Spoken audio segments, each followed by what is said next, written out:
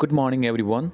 Once again, I am here with a new editorial to discuss, and this editorial is related to assembly elections that are going on in 5 states in India. In this very editorial, the writer of this editorial is trying to read the condition or the trend of elections that are going on. And the very first thing that you will be able to understand when I start making you understand the heading of this editorial, and the heading is turnout indications. From the heading itself is clear that the writer is trying to judge the pattern or trend of election. First of all, you will have to understand the meaning of turnout. Turnout stands for appearance. Appearance means attendance.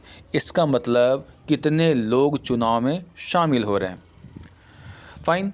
Next we have indications. Indicate करना किसी चीज़ को, क्या ये दर्शाता है, यानी जो turnout है, जो लोग जो हैं इलेक्शन में इस बार कम आ रहे हैं, यानी वोटिंग का परसेंटेज है वो डिक्रीज़ हो रहा है, डैम्पन हो रहा है, कम हो रहा है. तो ये जो कमी है वो क्या सिंबलाइज करता है, क्या इंडिकेट करता है, इसके बारे में टोटल एडिटोरियल है. अभी आपको पता होगा कि हाल फिलहाल में यूपी में चुनाव हो रहे हैं, मणिपुर में चुनाव हो रहे हैं, उत्तराखंड में चुनाव हो रहे हैं, पंजाब, इन सब राज्यों में चुनाव हो रहे हैं. और अभी पंजाब का इलेक्शन कल या परसों ख़त्म हुआ पूरी तरह से. एक ही शिफ्ट में पूरा का पूरा वहाँ पे ख़त्म हो गया. एक ही फेज़ में वहाँ चुनाव हुआ. वहीं यूपी में चुनाव अभी चौथे राउंड तक क्लियर हो चुका है. तो चुनाव जारी हैं और अब जो टर्नआउट है लोगों का, यानी वोटर्स का जो टर्नआउट है वो क्या इंडिकेट करता है, इसके बारे में एडिटोरियल को समझते हैं. यहाँ पे देख सकते हैं on polling in Punjab and UP. ये पूरा एडिटोरियल किसके बारे में बात करेगा, पंजाब और यूपी में जो पोलिंग हो रही है, इलेक्शंस हो रही है, उसके बारे में. अ फ्रेगमेंटेड पॉलिटी डिप्रेसेस टर्नआउट इन पंजाब. फ्रैगमेंटेड का मतलब होता है डिवाइडेड. पॉलिटी का मतलब होता है जनतंत्र या राजतंत्र, या फिर कह सकते हो राजनीतिक तंत्र. जो डिवाइडेड राजतंत्र है, यानी कह सकते हो पॉलिटी है, यानी कह सकते हो लोकतंत्र है, उसमें क्या हो रहा है जनतंत्र में, it has depresses the turnout. Turnout को क्या कर दिया, डिप्रेस कर दिया. डिप्रेस मतलब यहाँ पे डैम्पेन यानी कम हो गया है. कहाँ, पंजाब में और उत्तर प्रदेश के पोल्स में. ये इंडिकेट करता है कि क्लोज़र बैटर होने वाला है, यानी दोनों में जो युद्ध हो रहा है बहुत ही टसल हो रहा है, यानी टसल चल रहा है दोनों के बीच में, यानी बहुत मार्जिन कम होगा जीत और हार की. आगे देखते हैं. If recent elections are anything to go by. हाल फिलहाल के जो इलेक्शंस हुए हैं उनको अगर मानते हैं, गो बाई का मतलब क्या होता है, गो बाई का मतलब होता है फॉलो करना, या फिर कह सकते हो अबाइड बाई. अबाइड के साथ हमेशा बाई लगता है, ये भी आपको याद रखना है. अबाइड बाई का मतलब होता है फॉलो करना. कॉम्प्लाई, COMPLY, कॉम्प्लाई के साथ अगर विद लगा देंगे तो इसका मतलब भी होता है फॉलो करना. तो यहाँ पे मानना, अनुकरण करना. तो अगर हाल फिलहाल के जो इलेक्शंस हुए हैं उसको एक पैमाना मान लिया जाए, जो टर्न आउट नंबर्स है अभी, यानी जो संख्या में वोटर्स आ रहे हैं, are no indication of which way the mandate is swinging. जो टर्न आउट देखने को मिल रहे हैं संख्या में, जो लोग आ रहे हैं, वोटर्स आ रहे हैं, उससे ये इंडिकेशन नहीं मिल पा रहा है, ये पता नहीं लग पा रहा है कि जो मैंडेट है, यानी जो बहुमत है, किस ओर जा रही है, किस ओर स्विंग कर रही है, किसके पाले में गेंद है, ये अभी तक पता नहीं चल पा रहा है. क्योंकि जो मैंडेट है वो क्लियर इसलिए नहीं हो पा रहा है क्योंकि वोटिंग का परसेंटेज थोड़ा कम हुआ है. Conventional wisdom. कन्वेंशनल विजडम का मतलब होता है जो पारंपरिक जो सोच है, जो पुराने तरीके से जो सोचते हैं, एक प्रैक्टिकल जो नॉलेज है, हैज़ बीन दैट. एक प्रैक्टिकल नॉलेज ये कहता है high turnout numbers correspond to an anti incumbency effect. कह रहा कि अगर हाई टर्न आउट नंबर्स है, टर्न ऑन नहीं, टर्न आउट नंबर्स, तो ज़्यादा टर्न आउट नंबर्स होगा, यानी ज़्यादा लोग नहीं अगर भाग लेंगे इलेक्शन में तो यही इफेक्ट करता है, यानी ये शो करता है या फिर रिलेट करता है। कॉरेस्पॉन्ड टू का मतलब होता है रिलेट टू, किससे संबंधित होता है, एंटी इनकम्बेंसी इफेक्ट। अब ये वर्ड एंटी इनकम्बेंसी का मतलब क्या होता है, एंटी इनकम्बेंसी का मतलब होता है कि सत्ताधारी जो पार्टी है उसके खिलाफ जो इंसेंटमेंट है, यानी कह लो कि उसके खिलाफ जो नाराज़गी है उसको बोलते हैं एंटी इनकम्बेंसी, जिसको बोलते हैं सत्ता विरोधी लहर। तो हो सकता है जो टर्नआउट कम हो रहा है, टर्नआउट कम हो रहा है नंबर में, तो ये हो सकता है कि हाई ये एंटी इनकम्बेंसी की वजह से होता है। तो एक आप चीज़ सीख गए यहाँ पे कि टर्नआउट करना मतलब क्या होता है, आना, इफेक्ट करना। तो एक अभी हम लोगों ने सीखा कि कन्वेंशनल थियरी है कि ज़्यादा अगर लोग आएंगे इलेक्शन देने के लिए, वोटिंग करने के लिए, तो इसका मतलब ये होता है कि एंटी इनकम्बेंसी इफेक्ट है। And indeed a sudden spurt in voting numbers could indicate a wave in particular direction. और वोटिंग के परसेंटेज में अगर अप्रत्याशित उछाल आ जाए, स्पर्ट का मतलब होता है यहाँ पे उछाल, अचानक वोटिंग के नंबर्स में उछाल इस बात को इंडिकेट करता है कि जो वेव है वो किसी पर्टिकुलर डायरेक्शन में बह रहा है। अब समझिए इस मामले को कि जब कोई जनता बहुत ज़्यादा डिप्रेस्ड हो जाती है और उसको लगता है कि नहीं इस सरकार को उखाड़ फेंकना है, तो ज़्यादा संख्या में लोग आते हैं वोटिंग करने के लिए। और ज़्यादा संख्या में अगर मतदाता वोटिंग कर रहे हैं, इसका मतलब है कि वो उस सरकार से नाखुश हैं। एंटी इनकम्बेंसी इसी को बोलते हैं, सत्ता विरोधी लहर चल रही है। लेकिन अगर न ज़्यादा न कम होता है वोटिंग, पहले से तुलना में कुछ कम होने लगे, तो ऐसी स्थिति में ये बात समझना मुश्किल हो जाता है कि किस तरह हवा बह रही है। लेकिन विद वोटर टर्नआउट्स, जो वोटर के जो टर्नआउट है, टर्नआउट का मतलब अपीयरेंस है, स्पेशली एमंग द पुअर, खास करके गरीबों के बीच में, going up significantly in recent years, हाल फिलहाल के सालों में क्या ऊपर जा रहा है महत्वपूर्ण तरीके से। यानी जो गरीबों के बीच में वोटिंग का परसेंटेज की बात करें तो हाल के सालों में देखने को मिला है कि महत्वपूर्ण तरीके से ये ऊपर जा रहा है अक्रॉस इंडिया, पूरे भारत में। Changes in turn out numbers offer little by way of explaining the outcome.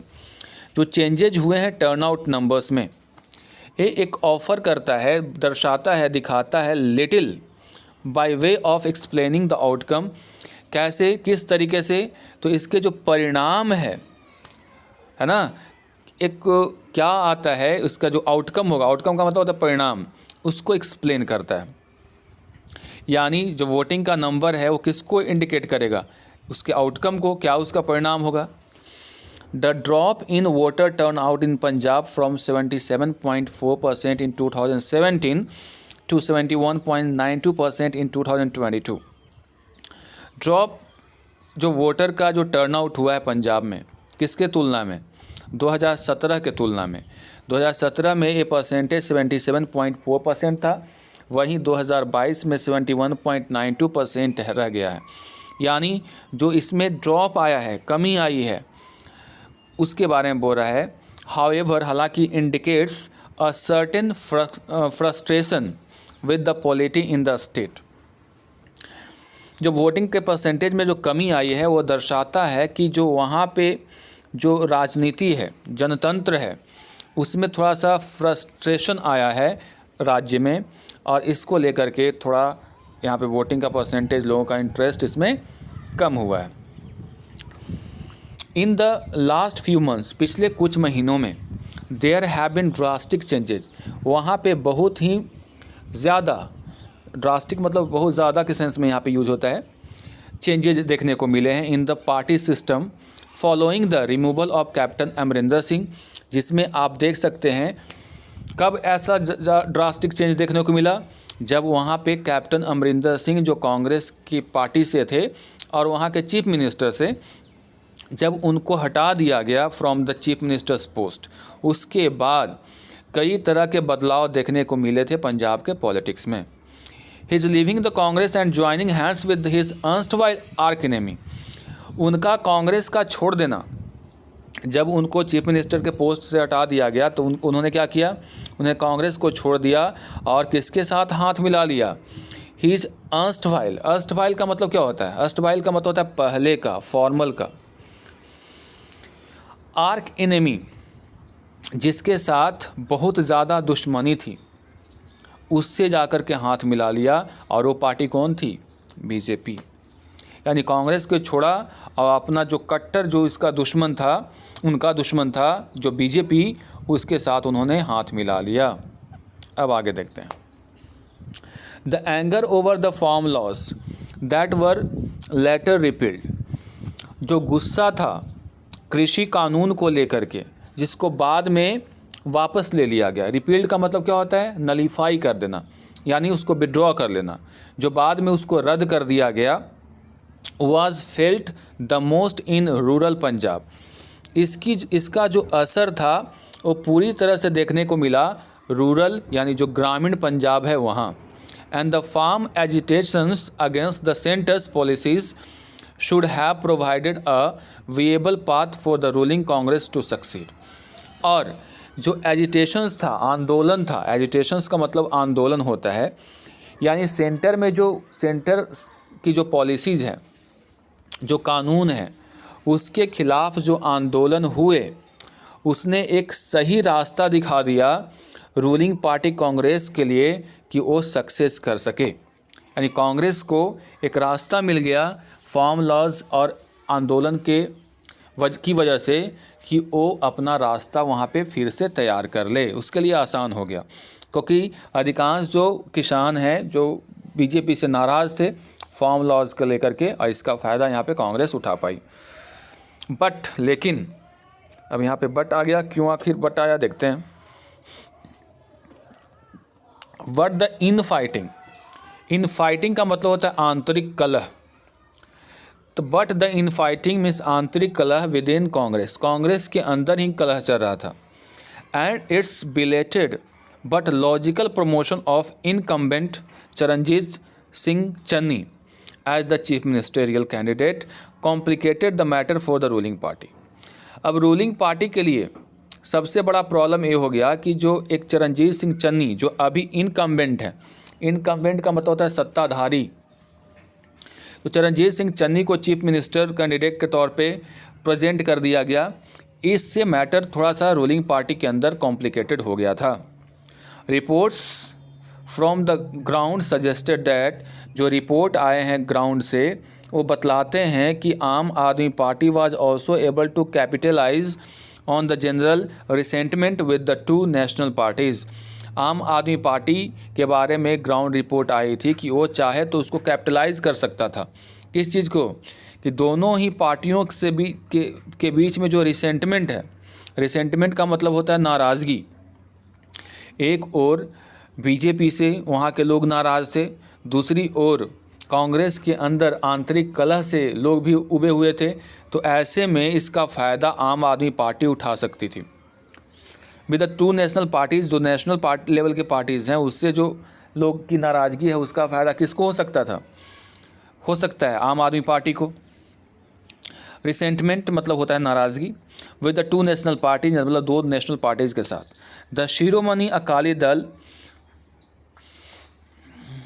But the fragmentation of the polity and a general lack of clarity among them over the issues that have affected the electorate seems to have dampened voter enthusiasm in the state। अब देखिए, अब यहाँ पे fragmented of polity यानी divided हो गई वहाँ की जो जनतंत्र थी। क्यों डिवाइडेड हो गई? क्योंकि वहाँ पे किसी का फोकस ही समझ में नहीं आ रहा था, कौन क्या बोलना चाह रहा है, किसका क्या उसका मुद्दा है। ऐसे में दिक्कत हो गई कि जो इलेक्टोरेट हैं यहाँ, जो वहाँ पे लोग जो चुनने वाले हैं, उनके बीच में डिवीज़न पैदा हो गया। कोई इशू उनके सामने नहीं आ रही थी, इसलिए उनके अंदर जो इंथुजियाज्म था, जो उत्सुकता थी, उसमें भी क्या आ गई? डैम्पेन हो गया। डैम्पेन का मतलब क्या होता है? कम जाना। यानी उनके अंदर जो वोटिंग को लेकर के उत्सुकता थी वो भी कम गई, क्योंकि कोई भी पार्टी क्लियर कट अपना इशू लेकर के सामने नहीं आ रही थी। In the third phase of polling of 59 seats in central Uttar Pradesh, अगर हम लोग बात करेंगे तीसरे चरण के मतदान की, जहां पे 59 सीट्स पे सेंट्रल उत्तर प्रदेश में चुनाव हुए, the voter turn out was 60.46%, 60 करीब 60-61%, 60% ऐसा कर सकते हो वोटिंग हुई। मार्जिनली लोअर दैन 62%, कुछ कम रह गया जो कि 2017 में हुआ था 62% वहाँ पे, इस बार 60.46% देखने को मिल रहा है in the same seats. As with the earlier phases there were a higher number of voters in rural areas compare to cities, और पहले के अगर फेजेस की तुलना करें तो उसमें इस बार के जो फेज़ में देखने को मिला है कि गांव के लोग ज़्यादा वोटिंग किए हैं, किसके कंपेयर में, जो लोग वहाँ पे अर्बन जो वहाँ का पॉपुलेशन है। A case in point being Kanpur city, एक कानपुर का ही एग्जांपल लेते हैं, विच रजिस्टर्ड ओनली 56.14 टर्न आउट। अगर हम लोग एग्जांपल के तौर पर लें तो एक कानपुर सिटी है, उस सिटी में यानी जो अर्बन एरिया है वहाँ पे 56.1% ही वोटिंग हो पाई, यानी जो गाँव की जो तुलना में शहरों की जो आबादी है कम वोट देने के लिए निकली। With identity politics, welfare and patronage dominating the narrative of elections here, यहाँ पे एक आइडेंटिटी पॉलिटिक्स हो रही है, यानी वो किसी के नाम पे जो वोटिंग होती है ना, पहचान पे जो वोटिंग होती है, वेलफेयर, पैट्रोनेज, सुरक्षा, ये सब जो मुद्दे थे इस इलेक्शंस में हावी थे। Urban voter seemed less enthused compared to their rural brethren, जो अर्बन वोटर्स हैं, जो शहरी वोटर्स हैं, वो कम इंथुजियास्टिक नज़र आए, किसके तुलना में, जो उसके रूरल ब्रिदरेन है। ब्रिदरेन का मतलब क्या होता है? ब्रिदरेन का मतलब होता है जो दूसरे कम्युनिटी के जो हमारे भाई हैं उनके लिए यूज़ होता है। Perhaps because of the lack of an adequate emphasis on civic issues in the political discourse. क्योंकि अब क्यों लोग कम आ रहे थे? क्योंकि बहुत कमी रह गई थी। एक adequate emphasis on civic issues, यानी एक सही सभ्य क्या इश्यूज़ हो सकते हैं चुनाव में, उसकी कमी, जो चुनावी मुद्दों में कमी रह गई होगी, जिसके वजह से जो शहर के लोग हैं वो कम ही निकल पाएँ पॉलिटिकल डिस्कोर्स या डिस्कशन के दौरान। डिस्कोर्स का मतलब होता है डिस्कशन के दौरान। अब इसको ऐसे समझते हैं, आप हाल फिलहाल के जो चुनाव देख रहे हैं उसमें मुद्दों की कमी है, कौन क्या बोलना चाहता है, क्या कन्विंस करना चाहता है, किसी को कोई पता नहीं है। तो कई लोग जाति पे, कई लोग धर्म पे वोट दे रहे हैं। जो इश्यूज़ हैं, जो मेन प्रॉब्लम्स हैं, जैसे अनएम्प्लॉयमेंट हो गई, पॉवर्टी हो गई, इन सब मुद्दों पे कोई बात नहीं करना चाहता है, डेवलपमेंट पे कोई बात नहीं करना चाहता है। तो ये सब जो अर्बन वोटर्स हैं, जो सिटी में रहने वाले हैं, वो जो वोटिंग करते हैं वो ज़्यादातर जात पात से ऊपर उठ करके करते हैं। उनको कोई एक कॉन्क्रीट मुद्दा चाहिए होता है वोट करने का। इस बार ऐसा देखने को मिल नहीं रहा है, इसलिए जो सिटी में रहने वाले हैं, जो लोग अर्बन एरिया में रहते हैं, तो उनको थोड़ा सा मुद्दों की कमी नज़र आई, जिसकी वजह से वोटिंग का परसेंटेज भी कम हो सकता है, क्योंकि उनके अंदर किसी प्रकार के वोटिंग के लिए उत्सुकता नहीं रह गई। दैट सेड, अगर हम लोग इसकी तुलना करें या देखें, यानी अपार्ट फ्रॉम दिस परहैप्स कह सकते हो ग्राउंड रिपोर्ट फ्रॉम 3 फेजेस, जो हालांकि जो दैट सेड मतलब हालांकि कह सकते हो, हालांकि जो ग्राउंड रिपोर्ट्स आए हैं कहाँ से, फ्रॉम 3 फेजेस, 3 फेजेस से, have indicated a closer contest, जो कि इंडिकेट कर रहा है, दर्शा रहा है कि जो कॉन्टेस्ट है, प्रतियोगिता है, बहुत ही क्लोज है 2017 के तुलना में। When the BJP had a field day sweeping district after district in the assembly polls, जहाँ पे जो बीजेपी है वो स्वीप करती जा रही थी एक ज़िला से दूसरे ज़िला असेंबली पोल्स में। पिछले साल के तुलना में इस बार थोड़ा सा टसल है।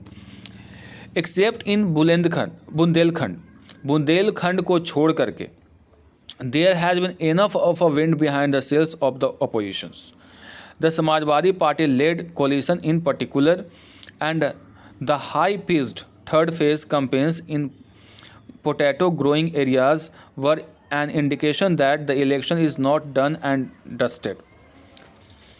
कह रहा है कि जो समाजवाद, यहाँ पे देखते हैं एक वर्ड है अ वाइंड बिहाइंड द सेल्स, का मतलब होता है किसी चीज़ को आसान बना देना। तो कह रहा है कि अगर बुंदेलखंड को छोड़ दें तो there has been enough of a wind behind the sails of the opposition. Opposition के लिए थोड़ा सा आसान हो सकता है। अपोजिशन कौन? समाजवादी पार्टी। अब Samajwadi party led coalition in particular, खास करके समाजवादी पार्टी का जो गठबंधन है दूसरे जो पार्टियों के साथ, and high pitched third phase, और जो पूरा जो टसल भरा रहा third phase companies in the potato growing areas, जहाँ पे आलू ज़्यादा उत्पादन किया जाता है उन एरिया में, ये इंडिकेशन है that election is not done and dusted. Election अभी भी पूरी तरह से ओवर नहीं हो गया है। एंड रिलेटिवली, अगर तुलनात्मक रूप से, peaceful nature of the polls and the centring of socio economic issues rather than religious identity bodes well for the next 4 phases of voting in India's most popular state। अब कह रहा है कि तुलनात्मक रूप से जो पीसफुल चुनाव हो रहे हैं और जो सेंटर किस बात पे है, यानी इस बार का जो मुद्दा जिस पे सेंटर किया जा रहा है वो सोशियो इकोनॉमिक इश्यूज़ है, यानी सामाजिक और आर्थिक इश्यूज़ पे हो रहा है, न कि रिलीजियस आइडेंटिटी पर। और ये बोड्स वेल का मतलब होता है एक शुभ संकेत है। इसके लिए और वर्ड आता है AUGUR, ऑगरवेल। इसका मतलब ये होता है शुभ संकेत है। तो अगले 4 जो चुनाव फेजेस के चुनाव हो रहे हैं या होने वाले हैं, एक चुनाव थर्ड तो हो गया, तो जो चुनाव हुए हैं उसमें जो अभी बातचीत हो रही है हाल फिलहाल में, उसमें अब जो मुद्दा है वो कोई रिलीजियस मुद्दा नहीं है। अभी हम यहाँ पे सोशियो इकोनॉमी इश्यूज़ आ चुके हैं। ये एक अच्छा इंडिकेशन है उस राज्य के लिए जो भारत का सबसे ज़्यादा पॉपुलस स्टेट है, सबसे ज़्यादा जनसंख्या वाला स्टेट है। तो आज के एडिटोरियल में आपने समझा कि यूपी और पंजाब में जो इलेक्शंस हुए हैं उसमें क्या समझने को मिला कि जो वोटिंग का परसेंटेज है थोड़ा सा कम हुआ है। अमूमन होता क्या है कि अगर बहुत ज़्यादा वोटिंग परसेंटेज होता है तो इस बात का अंदाज़ा लोग लगाते हैं कि जो अभी सत्ता में बनी हुई पार्टी है उसके खिलाफ लहर है, जिसको एंटी इनकम्बेंसी बोलते हैं। लेकिन इस बार जो वोटिंग का परसेंटेज है वो थोड़ा ही कम है, जिससे ये जज करना मुश्किल हो रहा है कि क्या किसके पक्ष में ये पूरा का पूरा चुनाव जाने वाला है, यानी कौन जीतेगा। ये तो आपको 10 मार्च को ही पता चलेगा। Till then, good bye and take care and must go through this editorial please.